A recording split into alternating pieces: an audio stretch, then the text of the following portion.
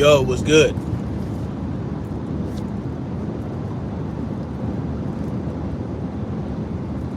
Good morning, good morning, good morning. I am live. Good morning, good afternoon, good evening, wherever you're at in the world. It's your boy Tyrus Bane, aka Snapzilla Gorilla, aka The Definition. Coming at y'all with a very important live stream. As important as any other live stream that I have put on in regards to situations like this, where our government proves time and time again how useless it is. But worse than it being useless, it is nefarious. Our government is nefarious. And our government does not give a shit about its people. You understand? And we are essentially its people. We are the government's people. Why and how are we the government's people? Well, because we give our consent. We give our consent to the government. We acquiesce to the government.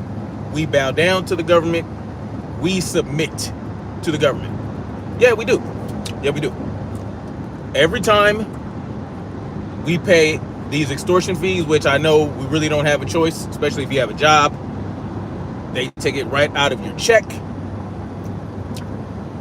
But if you are an entrepreneur, if you are operating a business, if you own a sole proprietorship, or you have an LLC or a C Corp, you have a little bit more freedom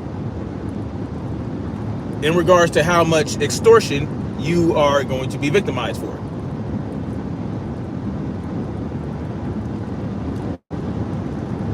Now, okay, so Mike W asked a great question.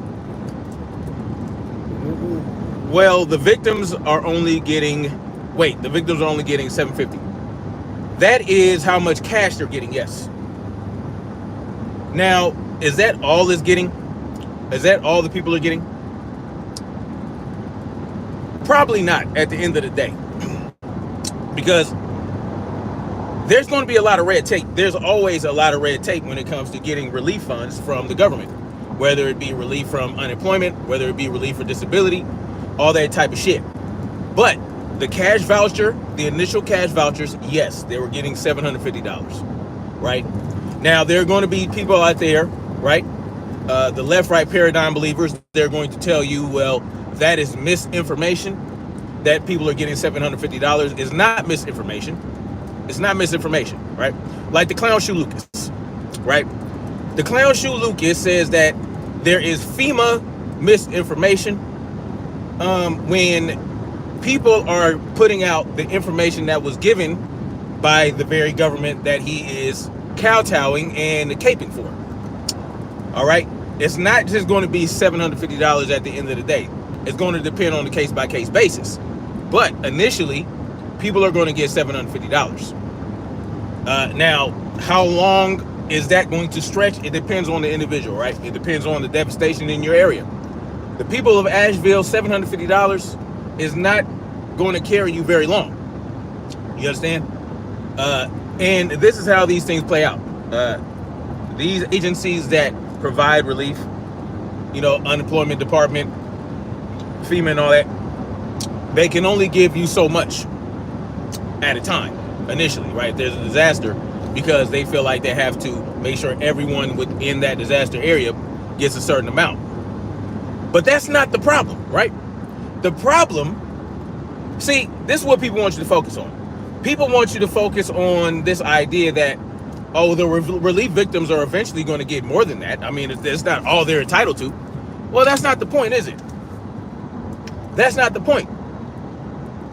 Because, see, there's another part to that.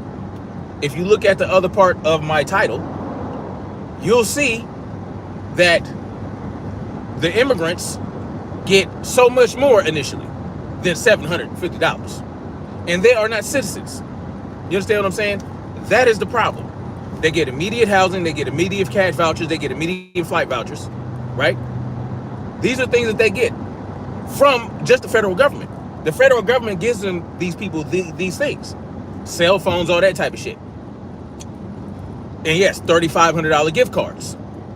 That is how many more times than $750? Almost 5, right? Almost 5 times the amount that the relief victims or the Helene victims will get initially right off the bat. Now, that is the problem. When you set it next to what these immigrants are getting, it's not nearly enough, right? It's not nearly enough. What makes these migrants disasters more important or more devastating than the disasters we face right here in the United States? Because we don't really know what disasters these migrants face. They really face a disaster, or do they want to come to the United States to take advantage of the free shit they're gonna get? That is the question. The problem is not how much we're getting when we go through shit. It's the fact that our money is going to motherfuckers that did not put into it. Let's not lose focus on that. See, they want you to lose focus on that. They want you to believe that, oh, well, FEMA's going to give them a lot more shit. Well, you're going to have to prove a lot more shit to get more shit, right? You're going to have to prove the amount of damage that your house has gotten, how much food you lost, whatever you're making claims for, whatever your claim is for, you're going to have to prove that you had these things happen. But the migrants don't have to prove shit. They just got to cross the fucking border, right? They have to cross the border, go to a sanctuary city, and get a lot of free shit. But they ain't got to prove a motherfucking thing. That's the problem, right? That's the problem.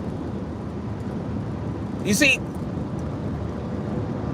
a lot of these individuals, they count on you to be simple-minded and think in singular terms, and don't think about the nuance and all the other shit that surrounds everything. They want you to think about one thing, right? Oh, this FEMA misinformation, right? This FEMA misinformation, that is not misinformation at all. It is the information that FEMA put out.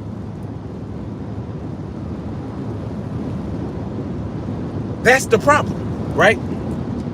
Let me give you guys a great example, right? Let me give you guys a perfect example of the bullshit that comes along with when the United States citizens get, right, citizens, when the United States citizens get any type of aid or relief from their own government, what they have to go through.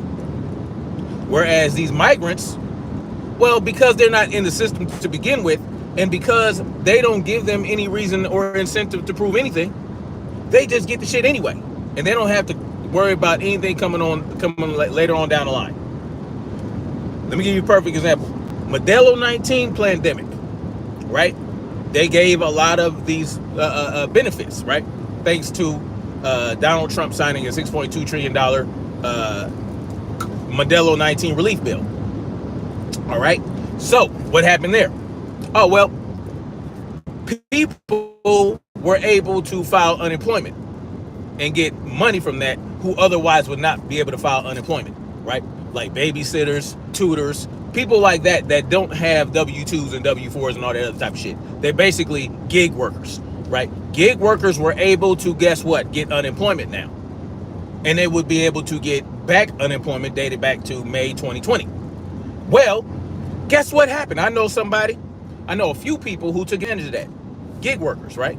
Tutors, babysitters, hairstylists that don't really have a system that they punch into and punch out of.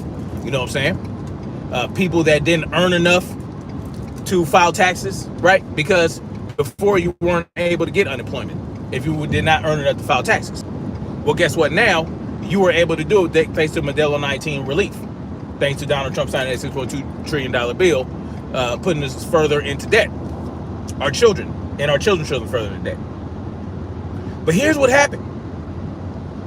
By the end of 2021, these people had gotten a letter from unemployment department that said, you have to prove, right? They wanted documented proof that you were actually doing that gig work before the Modelo 19 situation happened. Yeah. So they waited damn near 2 years to tell people, oh, by the way, you got to prove that you were indeed a gig worker. Did y'all know that? Yeah, because I know several people, right? I got my unemployment. I didn't have to prove shit because, I paid into the extortion system, right? I was extorted, so I didn't have to prove anything. It was all in the records and Social Security and all that. So the state was able to go get that information. But I do know people who weren't. Here we go with this bullshit. They starting early today, huh? Anyway, so these people, they had to come up with months and months of receipts, right? They had to come up with receipts. They had to come up with affidavits from the people they gave their services to. They had to come up with this evidence. They had to come up with it by, I think it was February or March 2022. And if they did not do it by then, they would have to pay that money back with interest. Yeah. If you did not prove or provide evidence of your gig work going back 18 months before you could not do your work due to the pandemic, then you would get be considered a fraud, and they would then force you to pay back all that money that they gave you, and then some because of interest, right? And penalties because you basically committed fraud. Now, this is all without due process, right? All without due process. Simply, if you did not prove that you didn't commit fraud, they would consider you a fraud, and they would consider you guilty, and then you would owe that money. Do you see where I'm going at here? So I want people to understand. Even the PPP loans, all that shit. Now, it was my understanding that they would not have to provide any proof of any gig work when they first applied. They actually said that. It said that in the fine print. You don't have to provide any proof. But all of a sudden, almost 2 years later, guess what? They wanted that fucking proof. Yeah. So these people, quite a few of them that I knew, had to dig through all their little shit. They had to go and get paperwork, and they had to provide 18 months worth of receipts to show that, guess what? They were indeed doing gig work. They had to provide that proof. We're talking about U.S. citizens. We're talking about U.S. citizens, so-called, that had to scrape together all this evidence in order to not be considered a fraud. Well, what happened to the Fifth Amendment? What happened to that? Oh, they didn't give a shit about the Fifth Amendment. No. Because if you really think about it, your government, actually, the people that initiated this need for proof, right? That had people scrambling and afraid that they would be considered frauds. Well, they violated 18 U.S. Code 241 and 242. Yeah. Because they deprived them of their right to due process. Simply because they didn't provide proof. It is the burden of proof is on the government. If they're accusing you of fraud, the burden of proof is on them. But see, people don't think that far, right? People don't think about that. They don't think that, hey, these motherfuckers got me fucked up because I have a Fifth Amendment right to due process. So they can't just say, if I don't give them some evidence, then I'm going to be owing them some money. No, they got me fucked up. But that's not what happened. People scrambled to get this shit. People went through depression. People were afraid, because a lot of them don't have receipts. They don't have receipts. You know what I'm saying? A lot of the money they made was under the table, which was understood by the government. The government understood this shit. The government understood. These were undeclared funds. These are undeclared wages that you earned prior to Modelo 19. These are, you know what I'm saying? That's what it was. Point blank and period. So a lot of it, you don't have receipts for it. So now you're afraid that you're going to be considered a fraud. Well, look here, man. You have to take me to court, and you have to prove that I committed fraud. I don't have to prove that I didn't commit fraud. But see, that's what the problem is. You see, the government struck fear in these people's hearts that if they did not prove that they deserved the money they actually did deserve, that they will be in trouble with the law, y'all. Yeah, that's how it works. But these immigrants, they don't have to prove shit. They just come over here. It doesn't matter what they did in their home countries, like all the murders and all the sexual assault and all the other crimes those 400,000+ people committed that our government knew about and allowed to be free in this country anyway. They get all the relief. They get all the money they want. And they ain't even got to go show up to their court date. They get cell phones. They get weapons, right? They get to terrorize towns with, these sanctuary cities. So, with all this in mind, why do we continue to give our consent? Every time I get an opportunity, I will come on here and I will ask you these questions. Every time I have something to show that we should not be giving these motherfuckers our consent to be governed, I'm going to present you with things like this and ask you the question. Why do you continue to give your consent? Why do you continue to allow your money to be extorted? Why are we not doing like some of these people in Canada? Yeah, no, a lot of people don't know about that. How a lot of Canadians, they're not paying their bills to the utility companies. You know what I'm saying? Like the whole town. I need to do further research on it, but from what I understand, they're not paying their bills for the utilities because these motherfuckers are taking advantage of crises and raising energy costs. Right? Raising energy costs. Even though a lot of the energy that Canada gets, they get right there in Canada. There's a lot of renewable shit they get right there, right? And by the way, they tell you that fossil fuels is not renewable. That's bullshit, but that's a whole nother conversation for a whole nother day. Why do we continue to consent? Why do we continue to consent? When they prove to us time and time again, they don't give a fuck about us. Time and time again. How much proof does Ukraine need that what they're doing is going to bear any positive fruit? How much proof do they have to present to us to get those billions and billions of dollars that they're getting?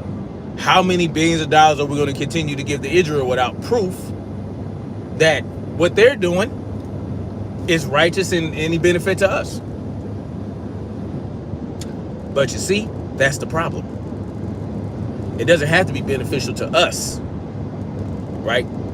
It doesn't have to be beneficial to us. And by us, I mean the extortion cattle. No. It's beneficial to the elite class. That's where the benefit goes to.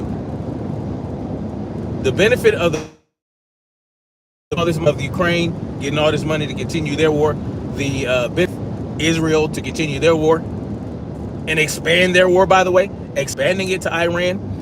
They already expanded it to Lebanon. How did Lebanon get involved? What?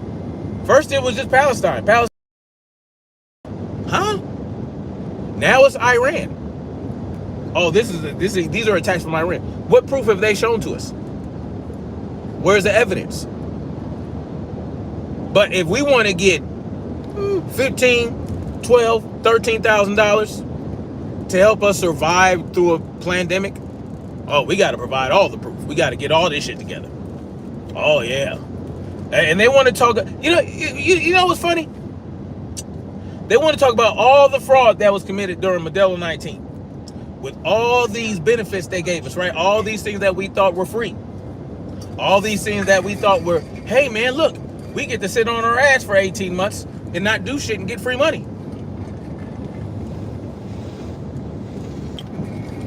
All the PPP loans, all the shit, they made it so easy to get this money without proof. And then they watched you. They watched how you spent it. They got into your bank accounts, right? They saw where your money was going. They saw that these people were buying Ferraris and houses and all this type of shit. Yeah, they were real. Hey, yo, they made it easy for people to commit fraud so that they would commit fraud. It's basically entrapment. Our government gave a lot of people an avenue to commit so-called fraud so that they could do what? Lock these motherfuckers up for committing fraud that they made it easy to do. This is our illustrious government for you, y'all. They want to talk about all the fraud that was committed during the Modelo 19 pandemic, the billions of dollars. Oh, billions of dollars of fraud. Yeah. That's fraud. Yeah. Well, a lot of these people. Oh, and by the way, they were trying to give migrants a lot of that Modelo 19 relief, right? I think California did actually to quite a few people.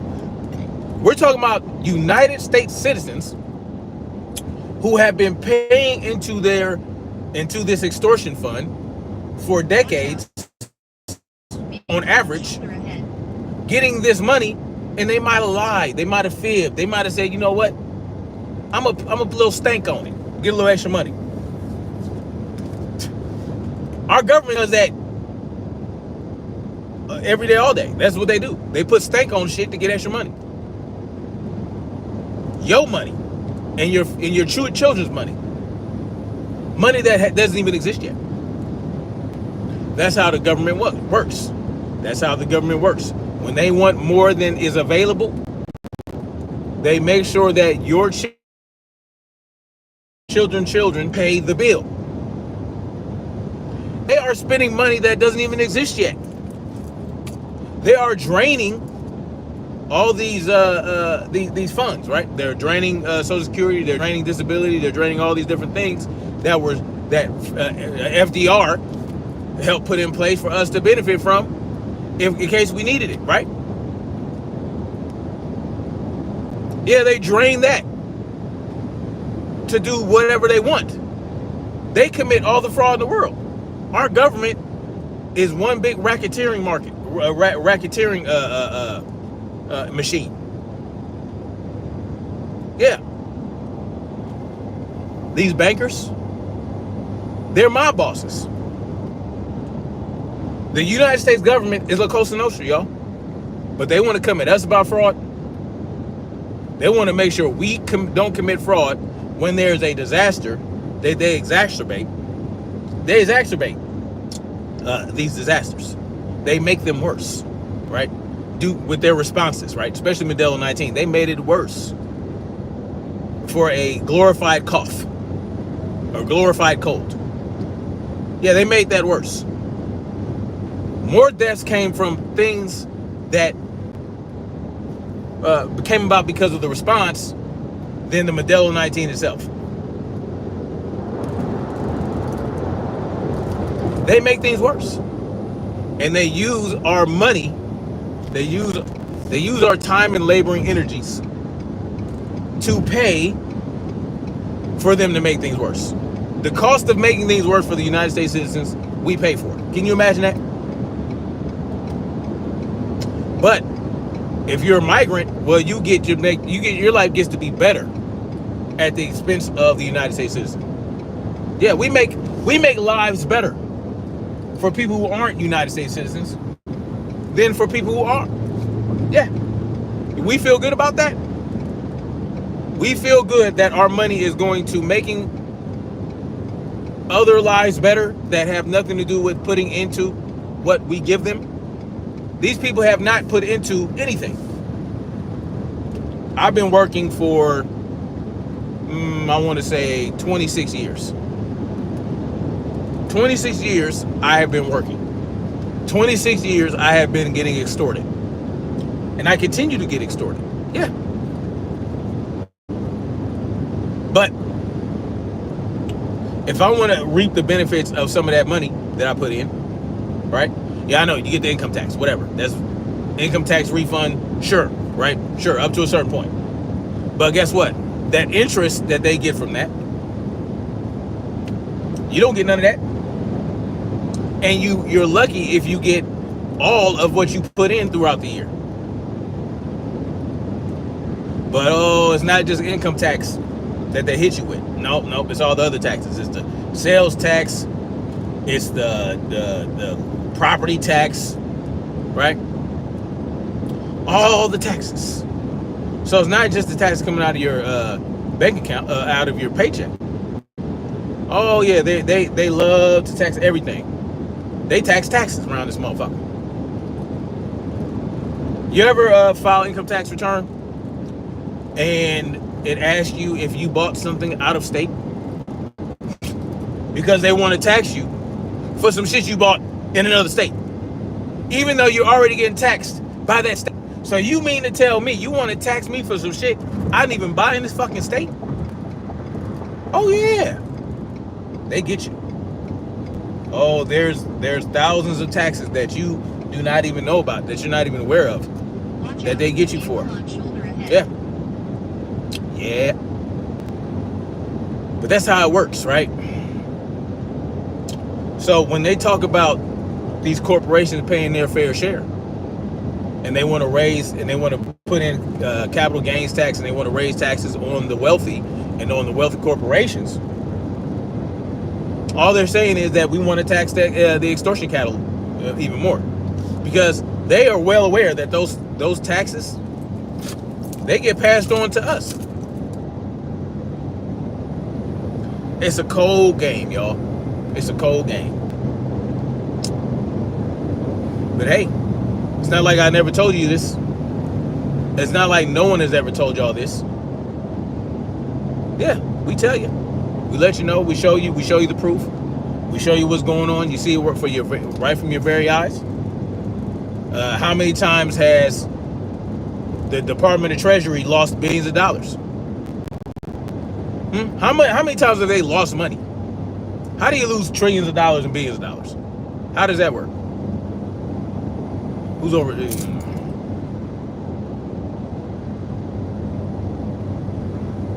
All right.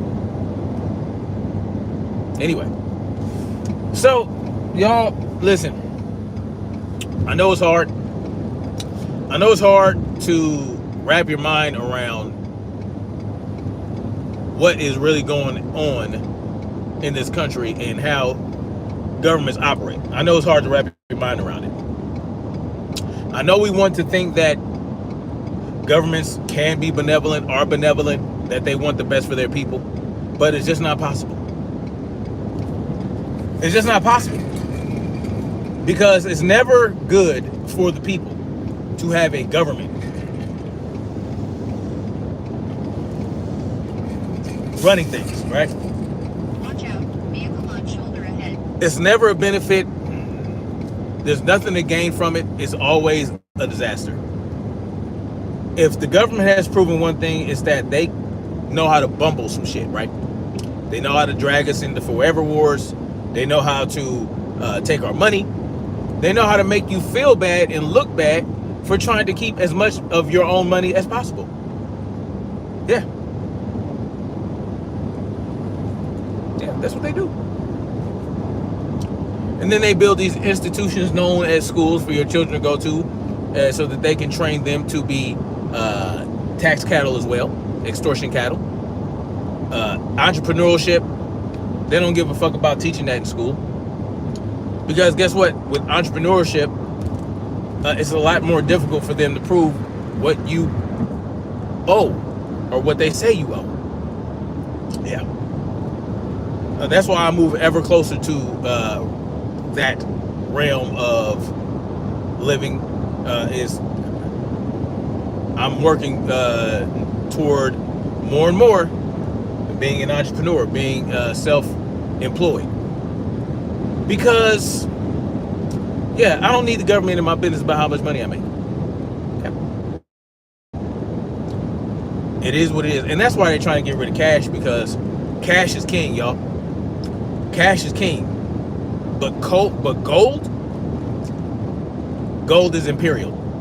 Okay, gold and silver, precious metals, even harder to track and worth way more than the US dollar, y'all. So think about it. I want y'all to think about this.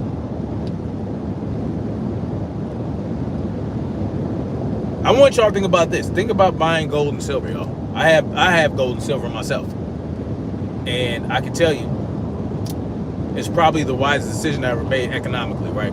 Yeah, people will tell you, oh, invest in this, invest in that. I'm doing that as well. But it's nothing like gold. Nothing like silver.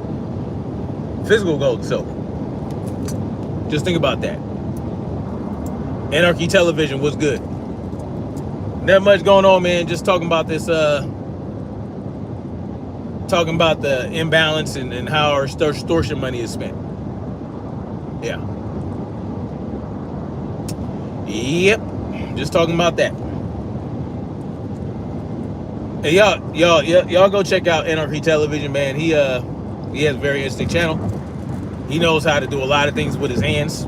He knows how to build a lot of shit. And, you know, he's kind of like the MacGyver of YouTube. Y'all go check him out. And check out Jay with Open Eyes 4. Young man's ahead of his time intellectually.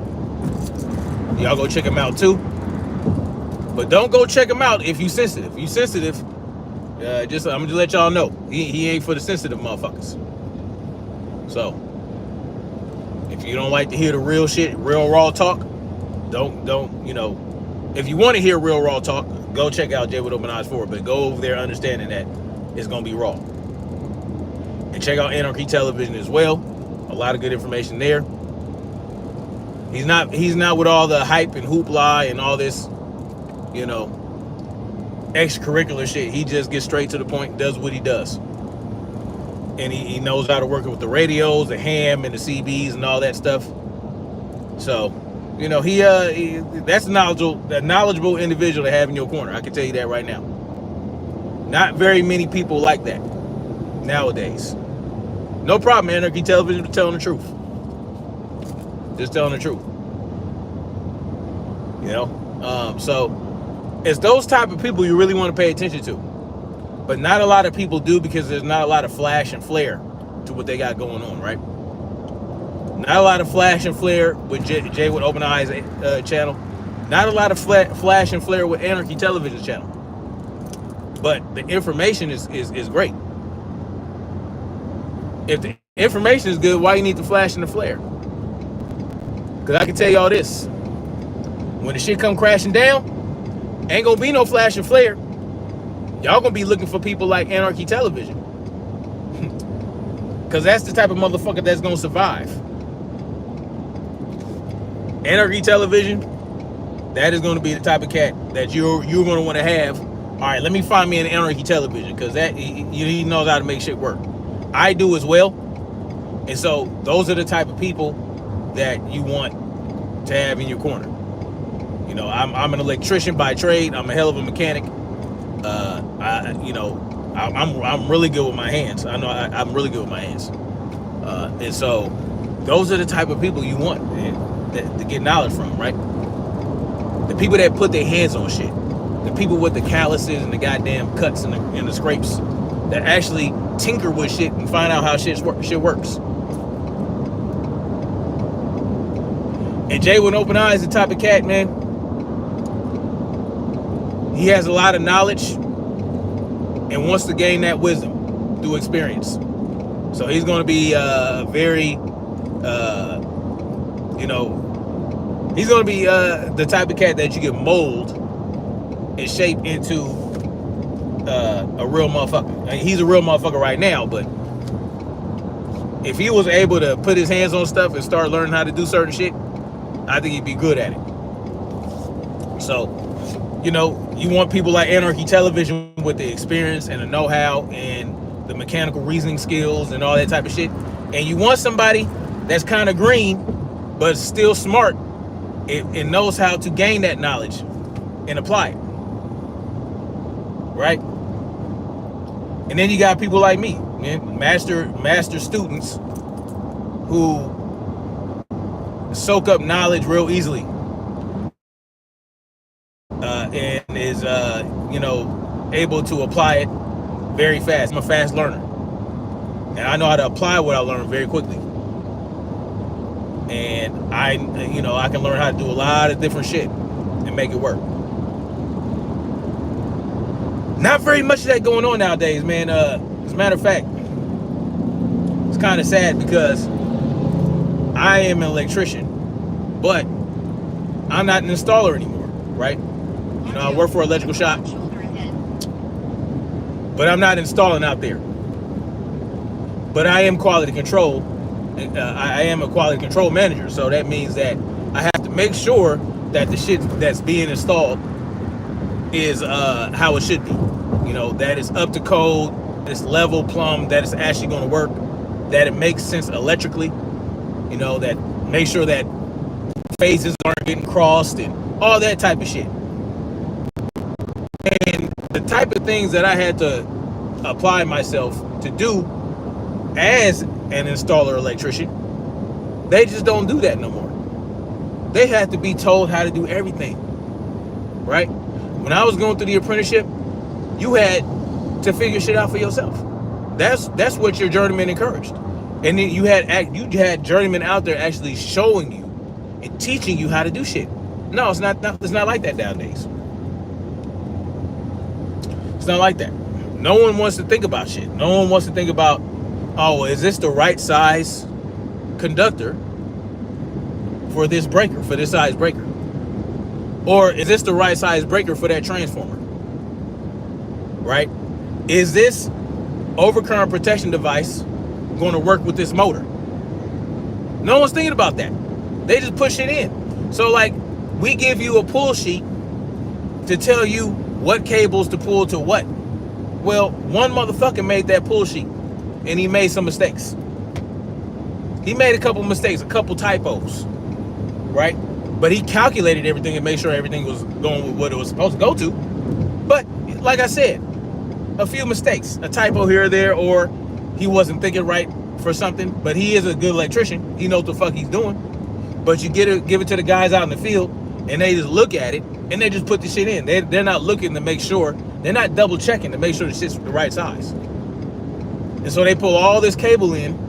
Guess what? It's the wrong size cable. We got to take it out and pull in some new shit. It's too small. Or this breaker is too small or too big for that transformer. See, people don't think about that, right? It's easy to forget that the overcurrent protection device has a maximum size of this, and you're thinking it's the minimum size, so you can go bigger. No, you can't. Nope. You want that breaker. It has a that transformer has a maximum size overcurrent protection device of blank. So let's say a 75 kVA transformer. 75 kVA transformer, 3-phase, right? A 3-phase kVA, 75 kVA transformer. A delta Y. It has the maximum overcurrent protection of that is going to be like 112.5 or something like that. 112.5 amps. So the overcurrent protection device has the maximum size for that. Once you do the calculations, 112.5 amps. So that breaker has to be sized accordingly. Well, according to the code book, you can go to the next highest standard size. The next highest standard size is 125 amps. Right? So the maximum size overcurrent protection device that you're allowed to have on a 75 kVA 3-phase transformer is 125 amps. But that breaker, right? That breaker only goes down to 150 amps. But you pulled the wire to it and you landed it on that 150 amp breaker. Knowing it, I mean, well, you don't know because you landed on that motherfucker anyway. But you're not thinking, wait a minute, this ain't the right size breaker. We need to get a smaller breaker, right? No one's thinking like that. When I was a journeyman, a fresh journeyman and a fresh apprentice, or a late apprentice, right, in my fourth or fifth year, If I would have landed those conductors on that breaker, I'd have got fired. There's no fucking excuse. But now, there are no real electricians out there doing the installs. They're just installers. And those installers are overseen by a few electricians in the form of superintendents, or not even a foreman. Not even a foreman act like electricians. No, it takes a superintendent that actually gives a fuck to go out there and say, hey, because I caught that a few times on this job I'm at now. Like, yo, these breakers are too goddamn small, but these wires are too big for this breaker. Y'all need to change this shit out. Now, why is the wire too small for the breaker, but the breaker's too small for the transformer, or too big for the transformer? Well, the cable's the right size. It's just you have the wrong size breaker in there. So now you got to downsize the breaker to make the cable size make sense. But what did they do?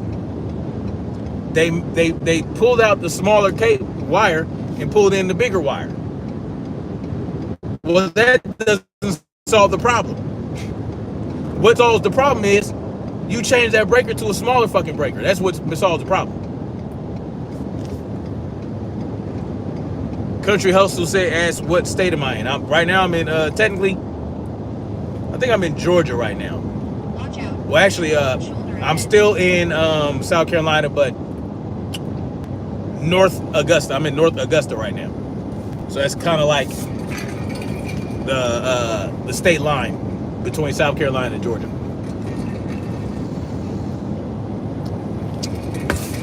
Let's see. Energy Television says, I'm in the process of wiring and plumbing a new shop space. Oh, that's what's up, man. What size service you gonna use? What size service are you gonna take it to sub panel? Are you gonna use the existing service that you got right now? Or are you gonna have to do upgrade? And what demand are you gonna need for that shop? Is it a machine shop? Because I've been asked to help multiple people, especially out here in the South, on the job. I've had a steel worker ask me to help him get a sub panel for his shop. And I don't really like doing side work, man. Because I barely, I work in a different state, and I want any extra time that I have, I want to spend with my kids. But I do plan on in the future helping build people homesteads. So that's what I'm looking to do on top of the other things that I want to do. I want to help people build homesteads that are self-sufficient, right? Homesteads that are going to have, solar energy, generators, battery backup, a well system, all that type of shit. So they can be self-sustainable. So they can do, if they need to, they can live off the grid. If the shit hits the fan, they're able to salvage their property and keep their shit running and going. That's really what I want to do. I want to help people do that on top of the other shit that I want to do. Everything that I want to, it's a lot of shit that I want to do, but it all ties in together. It all is in the same vein of existence, right? So a lot of it is, and none of the things are separate, right? Everything that I want to do is all part of the same overall plan.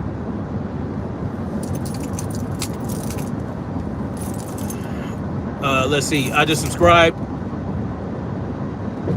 I appreciate that. Country Hustle. Yeah, man. I mean, I think that's going to be the move, man. I think it could be a lucrative move, right? It could be a lucrative move to help people build homesteads. So that's what I want to look into. You know what I'm saying? And of course, I want to run it. I want to help run it. There's these contractors that I've been made aware of that do custom home building. Because in a lot of these states now, they're using these janky ass developers to build houses with cheap material and crappy craftsmen and all this other shit. And there are very few custom home builders now that actually put pride in their work. And I just became aware of one such outfit that are electricians by trade. So that makes it a lot easier to, how do I say? It makes it easier to build a camaraderie with them. And so I'm going to be looking into working with them. But I want to try to encourage them. We should look into helping people build homesteads as well. Like encourage people to build homesteads and give them,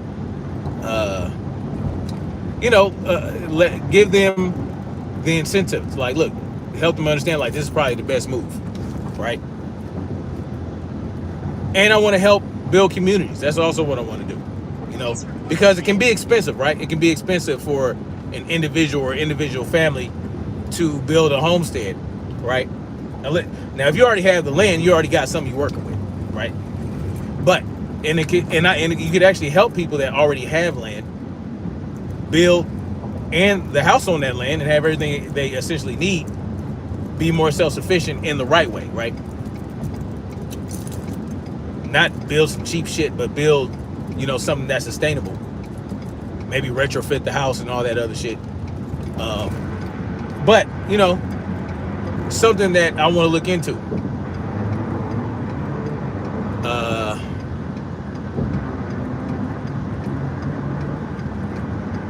Jay with Open Eyes 4 says, unrelated, but writing the story is crazy, sleep depriving, and time consuming. Writing a story? You writing a story?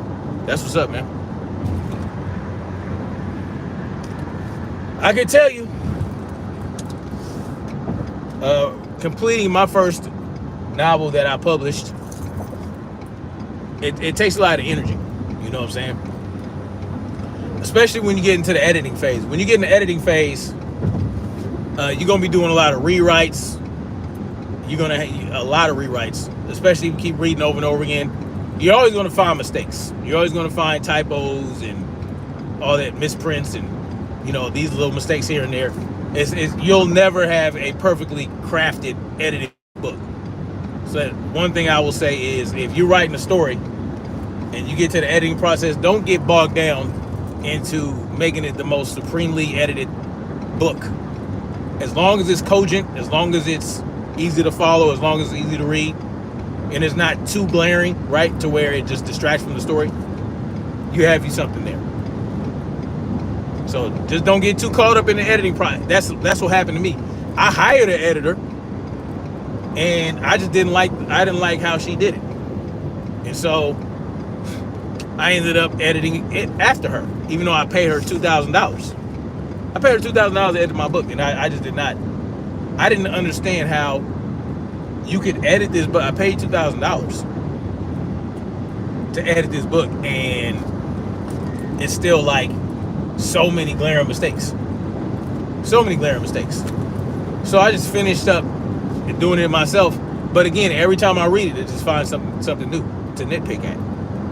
And especially if it's your shit, don't edit your own shit like I did, because you're gonna just keep finding shit and it's crazy. So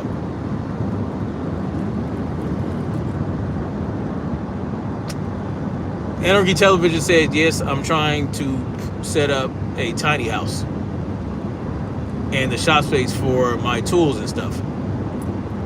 I'm going to make a short video to show. Oh, that's what's up, man. That's going to be a great video. I'm looking forward to that. Because, see, there are projects I want to do to my house that I'm going to show on video as well. I'm going to show that. So we're going to tear up I hate carpet. So when we bought the house, it had carpet in it. And then they put new carpet upstairs, but the old carpet in the dining room, in the living room, was old and, it wasn't new. So I was like, man, one of the first things we're going to do is tear up this carpet and put down some hardwood or that high grade laminate. Because listen, I don't give a fuck, man. They have some really good looking laminate now, right? That looks damn near wood grain, like, you know what I'm saying, with the texture and all that stuff. So we're gonna do that. You know, so once I'm ready to tear up all that carpet and start laying down some new flooring, I'm gonna show that, and also want to replace all the bathroom fixtures. The bathroom fixtures were okay when we got there, but they're ass. They're really not that. They're really not good. It's just the stoppers were broken and little shit like that. Now I made them pay for that. I made them give me credit for all that shit, but it's bullshit. We should never bought that house, but at the same time we damn sure glad we did, because the interest rates were going up through the roof right after we bought the house. So there are a lot of projects. I want to tear all the cabinets out of the kitchen, because I don't know what it is. The house was built in 2010, and I think they started doing that cheap shit in the late 90s and the early 2000s. Because the first job I got was in Arizona, and I was a pre-apprentice electrician, and we were roping houses. And I don't know, it just looked cheap to me. Like the speed at which they were churning out these houses in these tract homes, it was just ass.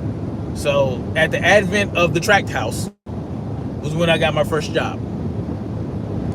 And my house was built in 2010, like I said. And just the cabinetry, man, that particle board bullshit. So I'm gonna tear that. We're gonna tear out all the cabinets, all the countertops in the kitchen. We're gonna rebuild the cabinets, right? We're gonna use solid wood cabinetry, solid wood, and that's how it's gonna have to work. And I'm gonna do it all myself, me and my family. I got plenty of kids to help, so that's good. My wife wants to get in on it, so we're gonna do that, and I'm gonna film it. And there's gonna be a lot of things I'm gonna learn. I've never done cabinetry before, so I'm gonna learn how to do that. I've never changed bathroom fixtures. Gonna do that myself. And I just changed my first garbage disposal. It's easy as fuck, man. Changing out garbage disposal is easy. Garbage disposal got trashed because my kids kept, they throw bullshit in the garbage disposal and use it, and it created a leak. So, and the leak was going for a while. I had no fucking idea, because I'm working away from the house 3, 4, 5 days a week. And so the wood under the sink, the shelf, is all fucking warped and soaking. So I got to take that out. I got to replace. That's easy though. I can do that in about 10 minutes. I just got to cut the right size board and put it up under there.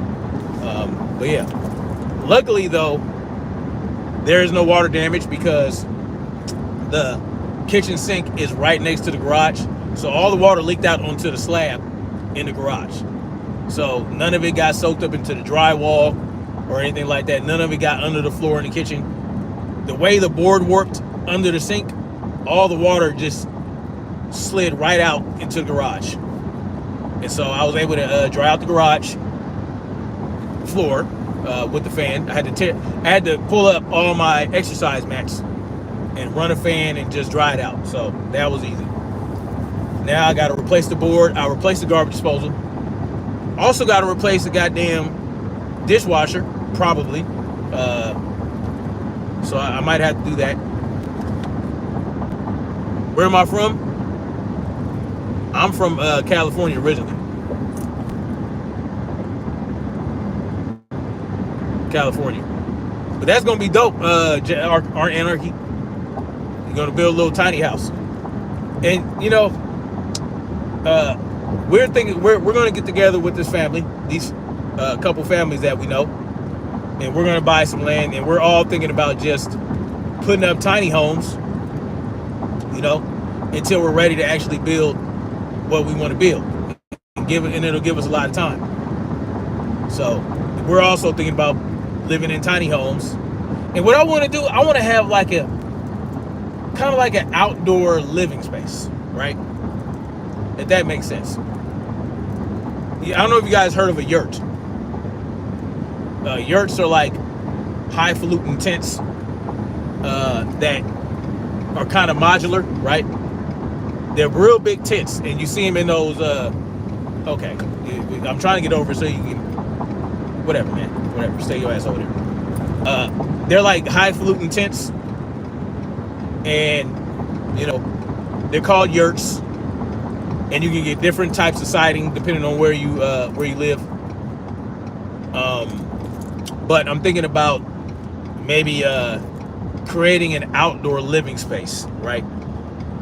Where if you want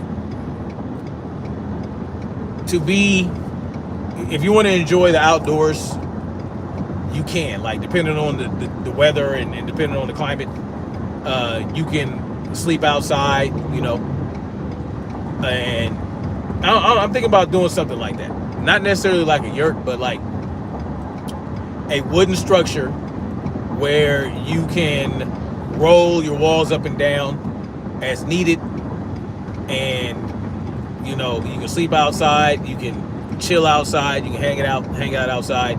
You have a cooking space outside, all on like a wooden structure. It would be like a house, right, with a frame, like the frame of the house, but it's designed to be outside. You know what I'm saying?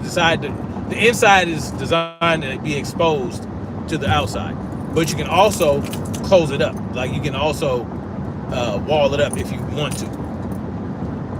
And then, of course, you're still gonna have the inside house, right? You're still gonna have the traditional home where it has all the walls and the roof and all that stuff, but it's just gonna be attached to the outdoor living space. You know what I'm saying? If that makes sense. Where you go, if you want, you can watch TV outside. You can have a little projector screen with a projector.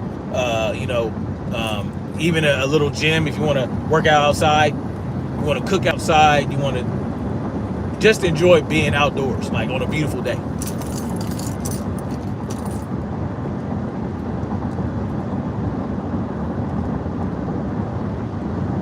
J.Dome94 says, that's another thing. I never wanted to hire an editor. I wanted to just do everything myself. That if you're pretty good at editing, and if you know how to pay attention to punctuation, sentence structure and all that stuff, making sure you're not using redundancies, and that's a real big thing you got to watch for, being redundant, right? Being redundant, using the thesaurus to make sure you're changing up the words. You're not using the same word over and over again. It can be tedious, but it's very rewarding when at the end of it, you crafted a great story, and that people can, when they read it, they can actually understand what you wrote and they enjoy it, right? Because my book is on Amazon, and the only person that gave my book a 4-star review instead of a 5-star review was my mother-in-law. Yeah, my mother-in-law, because she wanted more dialogue in the book. She wanted more dialogue, so she gave me 4 out of 5 stars. Everybody else gave me 5 stars. So every review on my book is like 5-star review, except for my mother-in-law. So it's great to know that everybody that has read your book thoroughly enjoyed it. As a matter of fact, I convinced, when I was at my chiropractor appointment on Friday, I convinced the secretary that works there, that was also doing the laser on my lower back. I convinced her to read my book. I convinced her to get my book. So, but I warned her. I said it's gritty. It ain't no, you know what I'm saying? It ain't PG. I tell you that. It's a gritty ass book. The book is gritty. Like, the book is raw. It's like it's really graphic. It's graphic.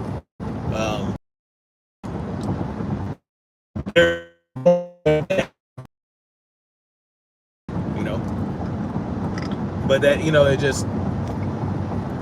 it is what it is. But anyway, y'all, I've been on here a lot longer than I expected to be. I'm glad you guys came through. Thank you guys for coming through, hitting that like button. For those of you who did, as you can see, they are shadow banning my channel again. I think they took the shadow ban off, I think, to see how much engagement I would get and how many people would come in. And they found out that, yeah, quite a few would. And they were like, nah, we can't let this continue. So, but I showed y'all, all of a sudden, the shadow banning ended, and I got natural engagement. Yes, a lot of them were trolls. I probably got some bots, of course. That comes with the territory. But it is what it is, you know. Back to normal. It's all good. I'm still gonna come on here and I'm gonna give you guys what I always give you guys, right? And so hopefully when I start my other channels, it'll be a lot better in production value and a lot more substantive. Not just me ranting and raving about injustices from our government. But I will continue to do that on this channel. You will continue to hear the rants and the ravings on this channel in regards to the injustices we suffer from our government. And then you also get some boxing talk still. So it is what it is, y'all. Thank you for coming through. Much love, like, share, subscribe. And we're going to keep marching forward toward freedom. Peace.